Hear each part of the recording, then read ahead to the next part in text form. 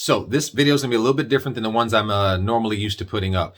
I'm a little disappointed, not discouraged, because I always have a way to figure something out if something doesn't go as planned. I encourage that. And especially after this video, I hope that, learning through me, if you are watching me, that you say, man, damn, I need to really put that into place. So I'm disappointed because I ordered some transfers and I paid for a rush. It was supposed to be a 2-day. Look, as far as the transfer company, they did everything they were supposed to do. Everything was ready to go. I had a tracking number. It showed that it was on this truck delivering to me. Well, I had noticed that like after 4 days, things weren't moving when I was looking at the tracking number. So I said, that's kind of odd. And things normally get to me a little faster. I've had some issues with this particular delivery company before. They've lost tons of my stuff. And, so I thought, hey, maybe it might be that again. So I had to call my customer and say, look, it might be a few extra days than what I told you because I'm having some issues with this delivery company. He says, well, who is it? Lo and behold, my customer actually works for the same company. He's been with them for almost 20 years. And he's in one of the biggest distribution centers for this company. So he knows every bit, every in and out. So we called this company on three-way, trying to figure out what was going on. And we got the biggest runaround on this planet.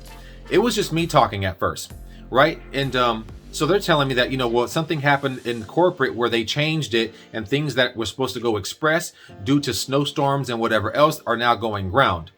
So that's where this fella jumps into the conversation and says, look, that makes no sense at all whatsoever.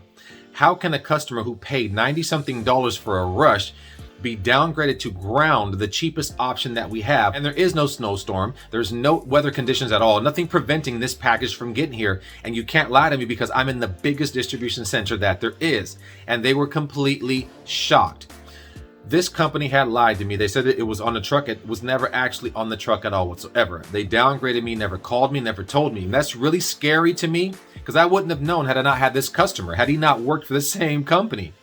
So I say be aware. If you're noticing you're not getting your packages, if you notice after a few days, if it's been too many days, call the company. That's the only way you're going to find out. I would have never known had we not called.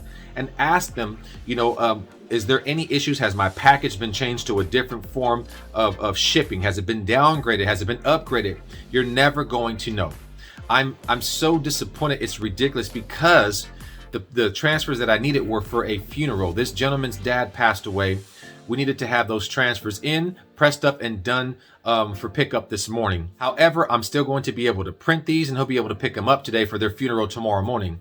All this company kept telling us was, we're going to do our best. It actually isn't on the truck at all whatsoever. We don't know who put that in the system, but we'll get it to you this Saturday, the 13th. The funeral is tomorrow morning. What would I do with a whole set of transfers that I can't use on the 13th? And they absolutely did not care. They kept promising phone calls to me and they never called back. In fact, you know what? I'm not going to be afraid right now. I'll tell you exactly who it is. It's FedEx. I am so disappointed in FedEx right now that it's just sad. I hope it doesn't, affect any other of my packages, but they need to know, because I now know that FedEx goes by what they call the purple promise. You have to stand by what it is that you promised. I've seen tons of commercials where it says, hey, you don't got a package on time. You lost a package. We're going to do everything we can to get it to you that same day. And they did not do that for me at all whatsoever. And they knew why. They knew how important it was to get this particular package. And I explained to them, if your father passed away and you needed something that was for the funeral, 60-something shirts and hoodies, you're telling me you wouldn't do whatever it takes to go get that package? And they did nothing about it whatsoever. So that's my complaint about them. And I hope that wherever it is, whether it's corporate, wherever, that you stand by every single thing that it is you say.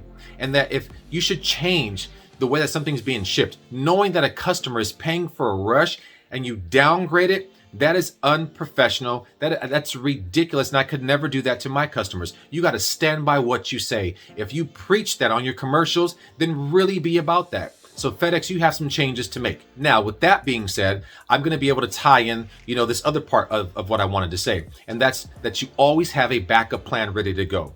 If you're going to print for other people, if you're going to use transfers, now this is the downfall about just doing transfers, is that if something like this should happen, you have to be able to have something ready to go. Luckily, I have a white toner printer. I have a DTG machine. I have other methods of getting it done. You have to be prepared at all times.